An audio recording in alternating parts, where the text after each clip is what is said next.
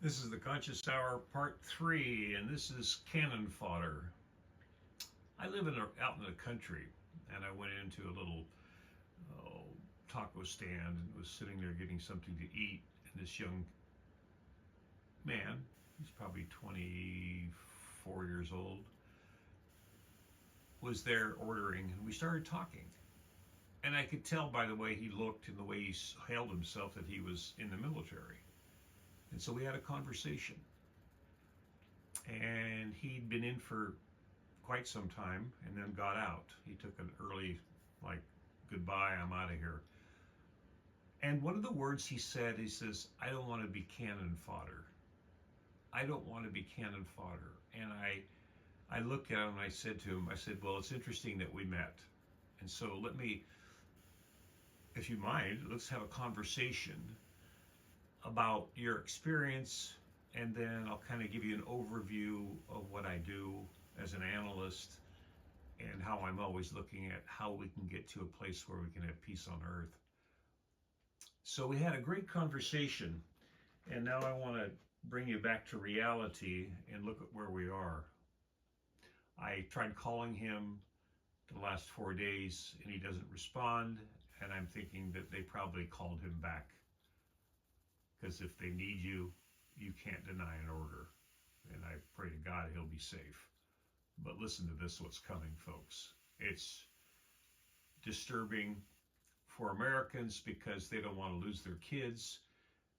But just look at how many millions of people around the world have been slaughtered because of our Western aggression, the United States invading foreign countries.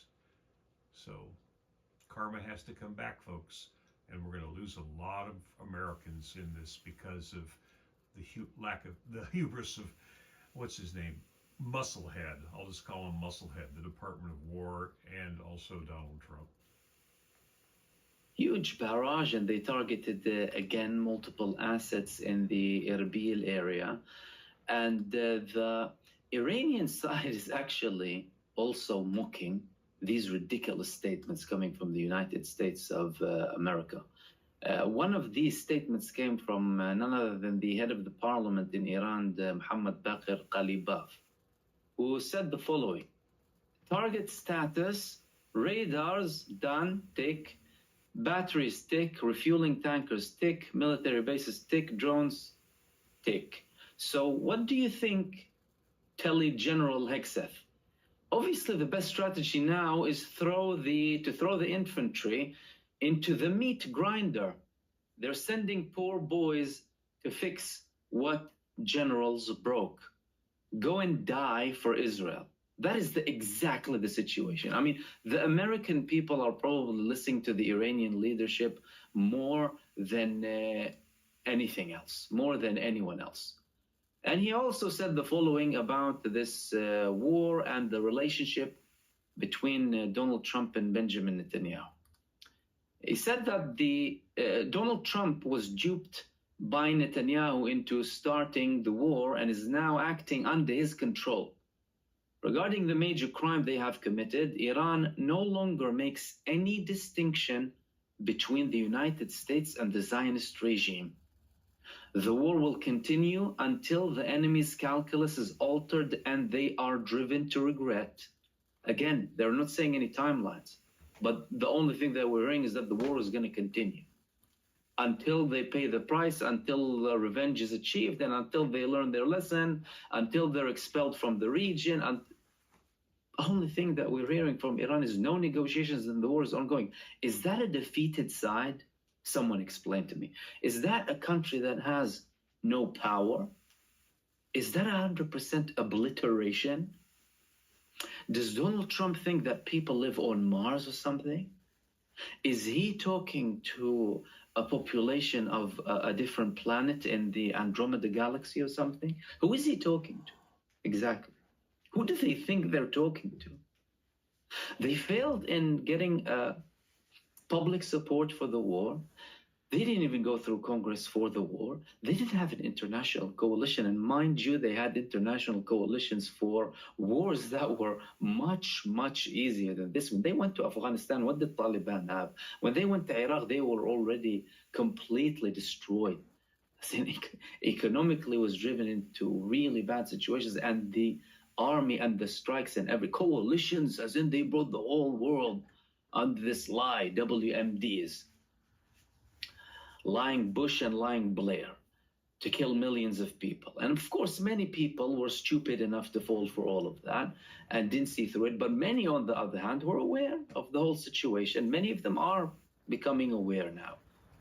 You want to go with Iran and think that you can go with little genocide Benji and go and attack Iran?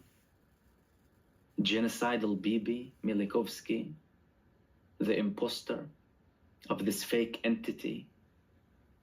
Did you think that Iran is going to stop?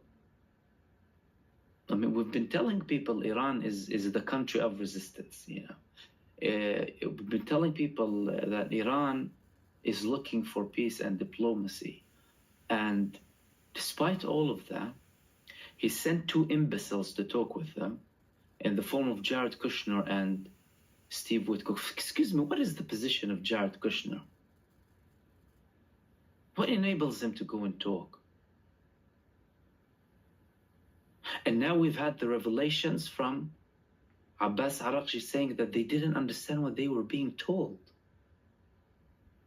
So Iran sent a professional delegation, a delegation that understands what it's talking about, whether when it comes to enriched uranium, negotiations, international law, certain concessions that were on the table at one point, what they're entitled to according to international law and the IAEA.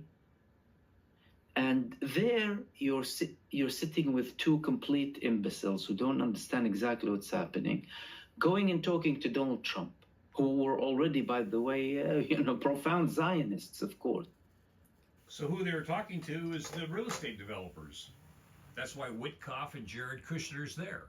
Jared Kushner was at Harvard University on February 3rd of 2024, and I recorded this and posted it back in those days, talking about the Greater Israel Project, but really talking specifically about Gaza going to be a future city. And Steve Witkoff is a real estate investor.